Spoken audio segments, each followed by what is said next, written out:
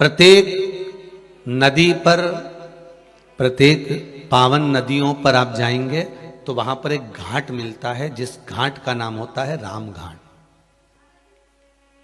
बोलो सही है कि गलत है? कौन सा घाट है वो? राम घाट। एक घाट मिलता है जिसका नाम है राम घाट। आप छिपरा जाएंगे तो वहां भी राम घाट मिल जाएगा, आप इलाहाबाद जाएंगे तो प्रयागराज में वहां पर भी राम घाट मिल जाएगा, आप हरिद्वार जाएंगे तो वहां भी राम घाट मिल जाएगा, आप चित्रकूट जाएंगे तो वहां पर भी राम घाट मिल जाएगा, आप सरयू जी जाएंगे तो वहां पर भी राम घाट मिल जाएगा, आप यमुना जी के घाट जाएंगे तो वहां पर भी राम घाट मिल जाएगा। तो कभी आपने विचार करा कि राम घाट का मतलब क्या होता है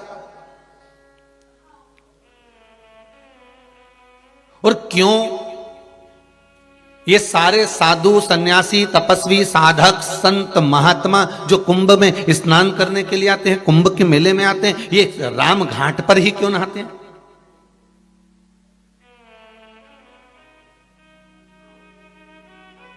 कभी मन में विचार करिएगा कि राम घाट क्यों?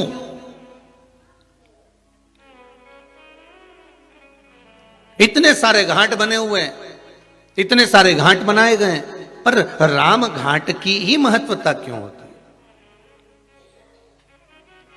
राम घाट का मतलब क्या होता है?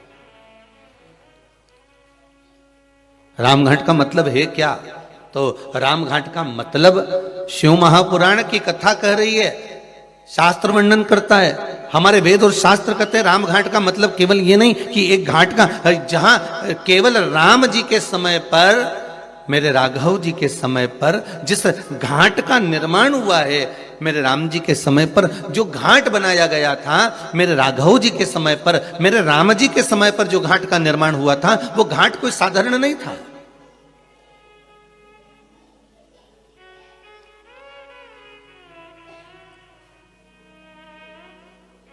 पूर्व में जितने घाट बने हैं, पूर्व में जितने घाटों का निर्माण हुआ है, उसके आगे भी, उसके पीछे भी, तो जितने घाट बने, मेरे राघव जी के पहले भी, राघव जी के बाद भी जितने घाट बने, सारे घाटों में महाराज, सारे घाट अलग अलग बनाए जाते थे। ब्राह्मण के लिए ये वाला घाट है, क्षत्रिय के लिए ये वाला घाट है, वैश्य के लिए ये वाला घाट है, शूद्र के लिए ये वाला घाट है, अन्य जीव यहां घाट पर जाएंगे महाराज, पशु इस घाट पर जाएंगे, पक्षी इस घाट पर जाएंगे। सारे घाटों का निर्माण अलग अलग कर दिया गया, सारे घाटों को अलग अलग बना दिया गया। पर मेरे राघव जी के राजपाट के समय पर, मेरे राघव जी के, मेरे राम जी के राज्य के समय पर सारे घाट हटा दिए गए, केवल एक घाट बना दिया गया। कौन सा घाट था? राम घाट। मेरे राम जी के समय पर सारे, ना ब्राह्मणों के लिए, ना क्षत्रिय के लिए, ना वैश्य के लिए, ना शूद्र के लिए कोई घाट अलग नहीं, कि पशु के लिए, कि पक्षी के लिए कोई घाट अलग नहीं। मेरे राम जी के समय पर एक घाट होता था, वो था राम घाट, अर्थात सातों जात का जीव उस घाट पर जावे और भगवान की भक्ति में डुबकी लगावे। राम कथा, शिव कथा, कृष्ण कथा, भागवत कथा, रामचरित मानस, विष्णु कथा, देवी कथा, ये 33 कोटि देवताओं के जितनी कथा है, ये राम घाट की तरह है कि यहाँ केवल एक के लिए नहीं, कि ब्राह्मणों के लिए है, कि ये क्षत्रिय के लिए है, कि ये वैश्यों के लिए है, कि ये शूद्र के लिए है, ये सातों जात के लिए। शिव महापुराण की कथा, राम कथा सातों जात के लिए, कृष्ण कथा सातों जात के लिए।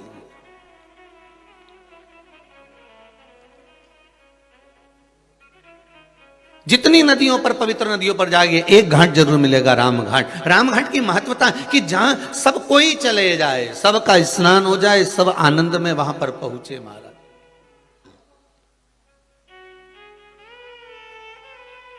और एक आपसे निवेदन करेंगे, किसी भी पुण्य नदी पर जाना, हरिद्वार जाओ, चाहे प्रयागराज जाओ, चाहे नेमिष जाओ, चाहे आपकी मर्जी पड़े, आप चित्रकूट जाओ, चाहे आप अयोध्या जाओ, चाहे आप काशी जाओ, चाहे आप उज्जैनी जाओ, जितनी पवित्र नदियों पर जाते हो, एक मन में ध्येय बनाकर जाना कि हम सारे घाटों का दर्शन करें, मना नहीं है, पर हमको एक बार राम घाट जरूर जाना।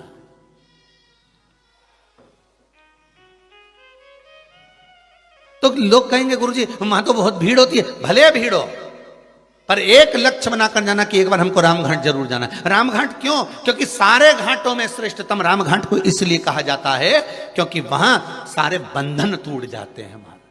रामघाट पर क्या है? कोई दुनिया के लोग आपसे पूछेंगे कि एक ऐसा रामघाट पर क्या है, रामघाट पर है क्या, तो आप कह सकते हो कि दुनिया के सारे बंधन अगर कटते हैं तो रामघाट पर कटते हैं महाराज। चाहे वो छिपरा महारानी का रामघाट हो, चाहे गंगा महारानी का रामघाट हो, चाहे सरयू महारानी का रामघाट हो, चाहे वो त्रिवेणी संगम का रामघाट हो, चाहे काशी का रामघाट। रामघाट पर व्यक्ति के बंधन कट जाते हैं, बंधनों से वो मुक्त हो जाता है।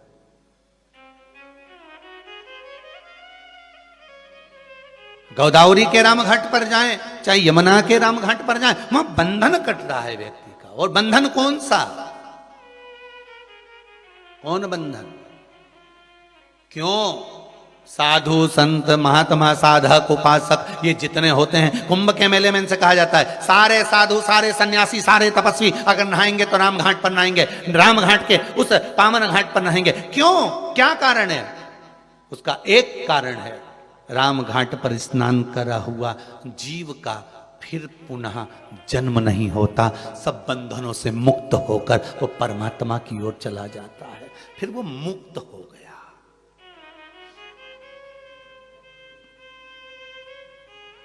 वो मुक्त है।